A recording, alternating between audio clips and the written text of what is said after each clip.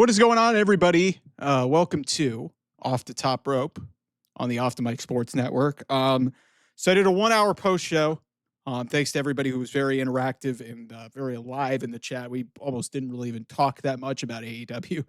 I kind of sped through the show in about 10 minutes, like 5-10 minutes. It just shows you how irrelevant this product is, man. It really shows you how irrelevant AEW is. And here's the biggest thing that I've got to say coming out of All In Texas, because now All In, let's I'm actually going to pull up my calendar in front of myself right here on the computer. So we're talking about August 12th. So it's like 1, 2, 3. We are now going into we're almost 4 weeks removed. Almost like 3-4 weeks removed from All In Texas.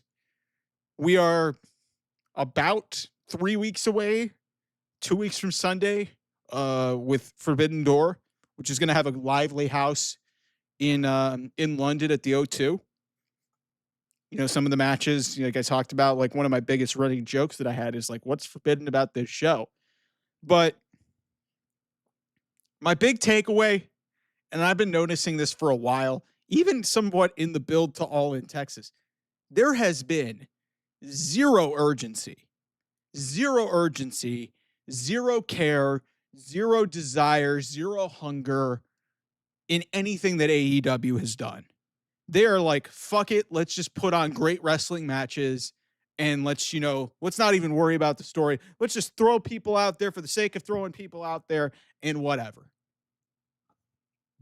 There's a couple of little sneaky storylines, not if you want to call them that. Like the Young Bucks stuff is actually kind of interesting with them making fun of themselves.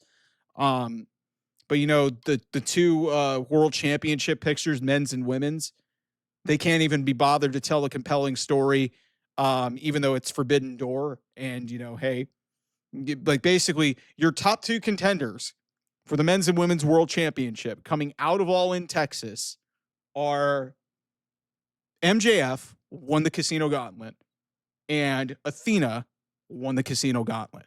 Two people who won guaranteed championship matches, a la Money in the Bank style. Those are your two top challengers for the World Championship, men's and women's. That's the best that we can do. That's the best that we can do. The first match on this show was Jon Moxley wrestling again. He has not gone away since losing the biggest match that this company put on all year. Hangman Adam Page, who you couldn't get off the television for 3 weeks and has basically been wrestling nonstop. He didn't show up until the last 15 minutes of this show, and he's the fucking world champion. You had Speedball Mike Bailey going for 15 minutes against Jon Moxley. It was almost like basically Tony Khan was having fun with us, basically like saying, you actually think that was a real story that MVP hated Speedball? Because I think they poked fun about it on social media. And then you have so many other things that happen on this show that I'm just like, listen, cool. Bandito and Brody King beat the Young Bucks. Cool. Tag team tournament. Again, another tournament to get us to determine another challenger rather than telling a story of how we can get to the tag team championship match at Forbidden Door. There is also no hint of CMLL invasion. There is no hint of New Japan Pro Wrestling invasion like the previous Forbidden Doors.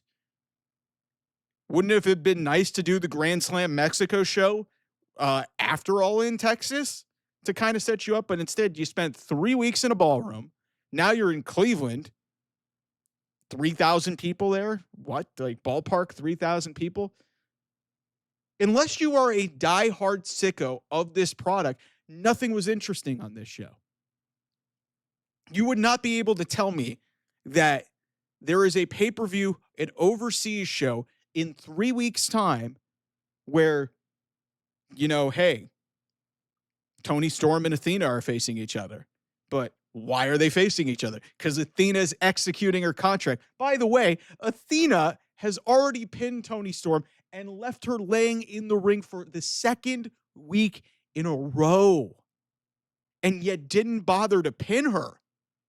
Yet she's got to execute her contract. Meanwhile, Maxwell Jacob Friedman, he won the contract. He's busy dealing with the Hurt Syndicate and getting dumped out of that. And then he's facing Mark Briscoe in the main event. I love Mark Briscoe. Mark Briscoe wasn't beating MJF. Are you kidding me? He wasn't beating MJF. And yet, Max and Hangman, which should be a big-time feud, they're going to that, and the whole hook of it is, will Max use his contract?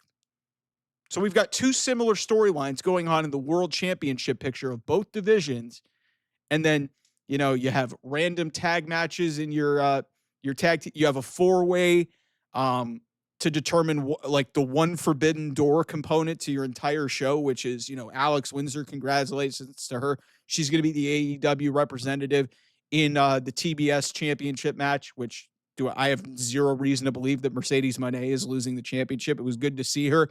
She hadn't been seen on television. Why couldn't they have done that with Jon Moxley and kept him off of television and left the mystique up? Because at least Mercedes went away to kind of lick her wounds after losing to Toni Storm.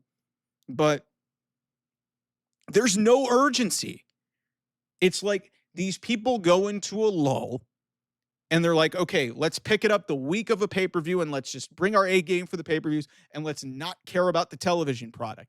I understand that, hey, you're charging $50 for these pay-per-views, but if you don't build to these shows and make them interesting, nobody's going to want to buy them. Nobody's going to want to buy them.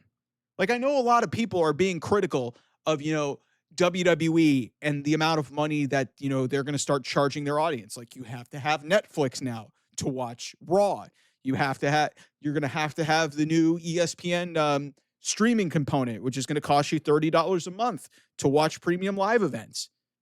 But even and WWE's building process this year has not been great, but at least for SummerSlam, they tried.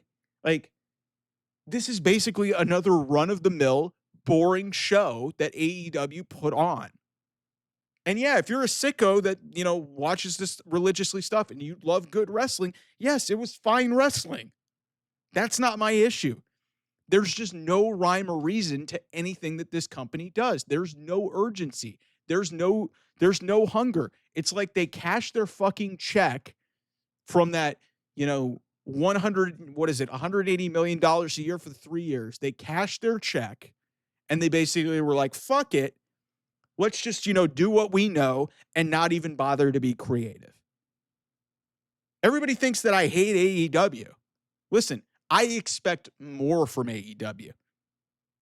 And if you're going to sit in the same breath and tell me that WWE is overcharging its audience, at least they're trying to, like, you know, at least put storylines out there. Their wrestling is not comparable to AEW. AEW is known for their wrestling. But AEW, and I've noticed this in the last year or so, they have not bothered to give a shit about creating compelling television on a week-to-week basis to get to the pay-per-views. And then the pay-per-views that have been one of the calling cards of this company haven't even been that great. Revolution had a really good body and a terrible main event. You know, frickin' Dynasty felt like half of it was a collision taping. And they gave us the wrong main event finish of it. Frickin' All in Texas was a solid show, but it went 6 fucking hours. I look at what we're going into with Forbidden Door, and I'm like, this company just does not care. They don't care.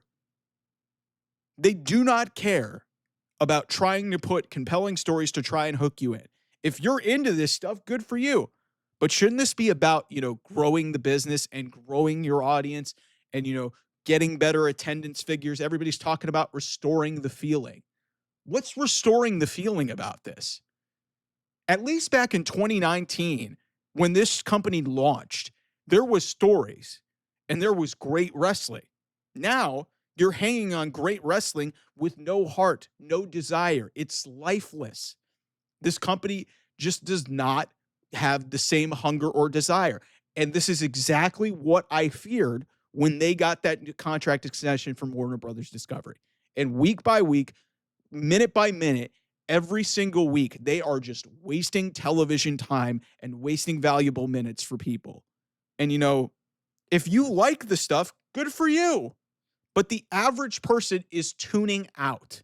The numbers dictate that. The attendance figures are down. The television numbers are down. So much so that the 1849 demo that they always reference in AEW is not something that Tony Khan even bothers to reference anymore. He goes 25 to 54, which is a demographic that nobody gives a shit about. So, and then I looked at what they were doing for Collision. Like, they're throwing Hangman Adam Page. Granted, he's in his home state of Virginia. He's throwing him into a random trios match for no reason. Kyle Fletcher just won the TNT championship. He's facing Tomohiro Ishii. What? This company doesn't care. It's lifeless, mindless, it's not good. And until they fix this, and until they try their hardest to create compelling things, like they're like, hey, we'll have this tournament, and we'll have these matches to determine matches, rather than creating stories. Like Hangman and MJF, they have a great story. But hey, it's all about MJF's contract. Mercedes coming back after a few weeks away. Cool. Missed the whole residency in Chicago. Athena pinned the women's champion, could have easily been the women's champion by now if she would have bothered to cash it in, and she didn't. There's no thought process. They're basically just like, hey, put some names on a sheet. Let's do this. Let's have good wrestling matches because we have talented performers. We have some of the best wrestlers in the world. And let's just say, fuck it. Let's just let them go produce a show. Let's not even bother to create compelling segments in and out, anything that's good storytelling. Nothing's working. That's my opinion. I know some people are into this stuff. Cool. Good for you. But if you're going to be in the same breath and tell me, hey, WWE is not doing a great job, they're still drawing people because they at least have characters and interesting stories to supplement their wrestling, which isn't probably as good as AEW. Meanwhile, AEW, we're 4 weeks out of All In Texas. The momentum that they may have had coming out of the main event, they've already done a rematch to the main event that didn't even main event last week's show. Your women's championship match is going to be the gauntlet winner from that show, cashing in the contract, no mystery, no substance, no hook to get in there. And then your men's world championship feud is basically the same thing. How is that creative? How is that forward thinking? How is that, something that's going to progress your product? I understand that they have great wrestling throughout the show, but I expect that from this company. What they need to start doing is, getting people hooked in on their product. They had a real life situation that potentially worked backstage with Speedball Mike Bailey and MVP. They didn't even work that into the show. They had Mike Bailey go 14 minutes with John Moxley, and John Moxley needed Marina Shafir and needed two other people to help him win the match. It's like, that's the former world champion. What?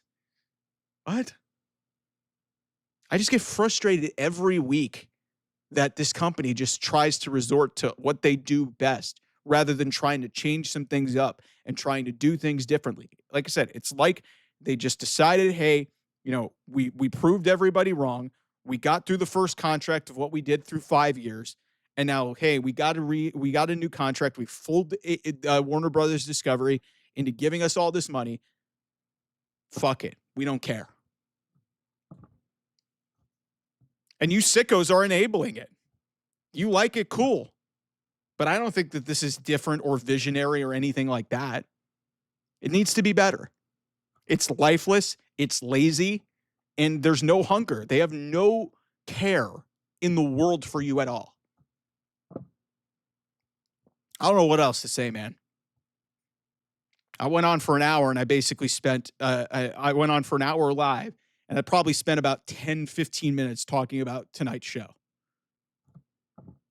So I had to do a separate 15-minute video basically telling you guys, what the fuck is this? This is just not acceptable. This is not acceptable. You guys want to prop this company up like it's on some sort of pedestal. I expect them to be great wrestling. But when you don't have stories in and out, and you've now had 4 weeks of television since your biggest show of the year, and you've not done anything substantial to make your product more interesting coming out of your biggest North American show ever, that's embarrassing. Please be better. I'm begging you guys. Please be better. Anyway, thanks so much for watching. I'll see you guys soon. Bye-bye.